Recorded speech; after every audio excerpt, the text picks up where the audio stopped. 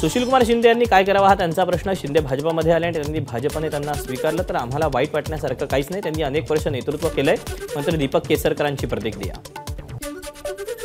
राज्यात गलिच्छ राजकारण सुरू, नार्वेकरांनी घेतलेला निर्णय अत्यंत चुकीचा, राजू शेट्टींचं वक्तव्य। तर मनोज जरांगे आणि मराठा समाज मुंबईकडे जाणं सरकारला परवडणार नाही, राजू शेट्टींचं सरकारला आवाहन।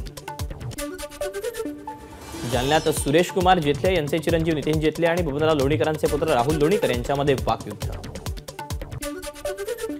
सुशीलकुमार शिंदेंना कोणी ऑफर दिली मला माहिती नाही, पण अनेकांच्या मनात आहे की त्यांनी भाजपमध्ये यावं। पंतप्रधान मोदी हे जगमान्य नेते आहेत। शिंदेंव्यतिरिक्त अन्य काही दिग्गज नेतेही भाजपमध्ये प्रवेश करतील, राजकारणात मोठा भूकंप होईल, गिरीश महाजनांचं वक्तव्य।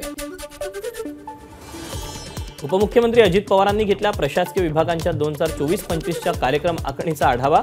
प्रत्येक विभागानं केंद्राचा अधिकाधिक निधी मिळवण्यासाठी प्रयत्न करावा, अजित पवारांच्या सूचना।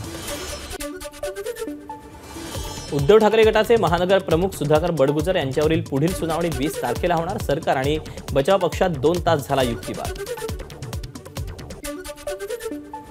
20 जानेवारीला मुंबईतील प्रभादेवीत आदित्य ठाकरेंची जाहीर सभा। लोकसभा निवडणुकीच्या पार्श्वभूमीवर ठाकरे गटाकडून मोर्चे बांधणी।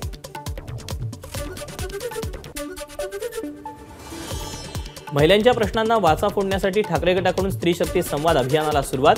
यवतमाळ वाशिम लोकसभा मतदारसंघात शिवसेनेच्या उपनेत्या ज्योती ठाकरेंनी साधला स्थानिक महिला पदाधिकाऱ्यांशी संवाद। संयुक्त महाराष्ट्राच्या लढ्यात हौतात्म्य पत्करलेल्या हुतात्म्यांना महाराष्ट्र एकीकरण समितीतर्फे अभिवादन। नाशिकमध्ये शिंदे गट आणि ठाकरे गट आमने सामने, शिंदेच्या युवा सेनेची गोडघाटावर जोरदार घोषणाबाजी। ठाण्यातील काही भागात उद्या पाणी नाही, महाराष्ट्र औद्योगिक विकास महामंडळाच्या पाणी पुरवठा योजनेकडून दुरुस्तीचं काम सुरू।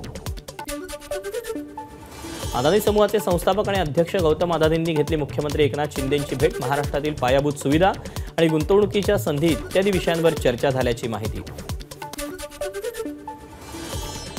दिल्लीचे मुख्यमंत्री अरविंद केजरीवाल यांनी अद्यापही रामलल्लाच्या प्राणप्रतिष्ठेचं निमंत्रण नाही, केजरीवालांची माहिती।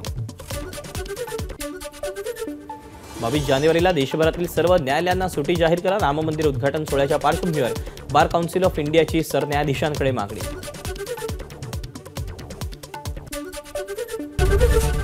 एबीपी माझा, उघडा डोळे बघा नीट।